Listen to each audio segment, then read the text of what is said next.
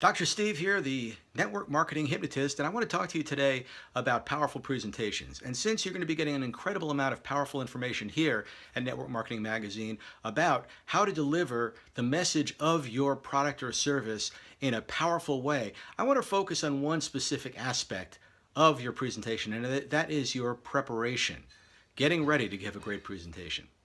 My expertise as the network marketing hypnotist is your mindset. How do you meet the challenge and the opportunity of giving a great presentation? So I'm going to share a few things with you. Number one, preparation. The mental preparation necessary for you to give a great presentation is the need for you to take the time to get right with yourself, to be congruent in your beliefs, to really, truly believe in what you're selling. When we created Unhypnosis for Network Marketers and Entrepreneurs, our goal was to talk to the top network marketers in the country and find out what it was that they were believing that was getting them in action. So we used a hypnotic process to help others, like yourself, become more attuned to the messages that are in the minds of those people who are already extremely successful. And what we found out was that the things that made a difference were, I believe in myself, I believe in my product, I believe that what I have is a valuable and powerful opportunity for others, and I'm not attached to the outcome.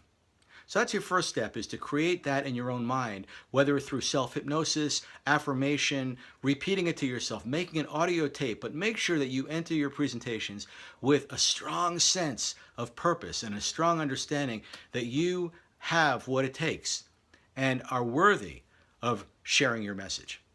The second thing I want to share with you has to do with what you bring to the table when you're in communication with individuals or a group.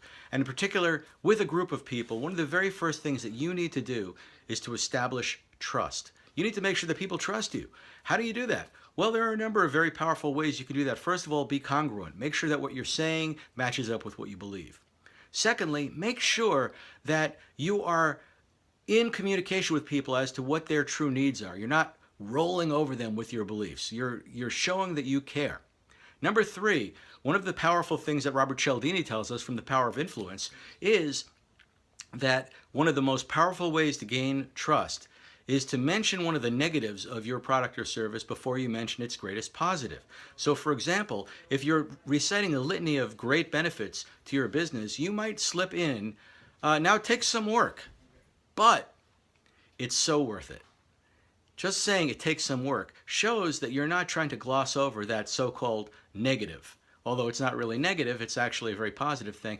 You need people to understand that you understand the importance of telling the whole story, and that's how trust is built. And then, once you've established trust, acknowledge resistance. Watch your audience. Notice if you're seeing any resistance. Are they getting it? If they're not getting it, stop. Find out where they're stuck. I do a little thing in my hypnosis show. It's kind of funny, but it really gets the point across. I'll say, how many people here believe that hypnosis is real? And then a bunch of people will raise their hand. I'll say, how many people here think it's a crock? And then other people will giggle and raise their hands. And I'll say, great, piss me off right away. Well, what I'm doing is I'm making light of the fact that I know that there are people who don't believe in hypnosis. And I don't want to go on through my show with this group of people standing there or sitting there thinking that I'm unwise to the fact that they are skeptical. I want them to know that I know. You do the same thing in your presentations. Make sure that people know that you know what they know. And that it's okay. That it's okay that they have resistance, because you're going to show them the truth.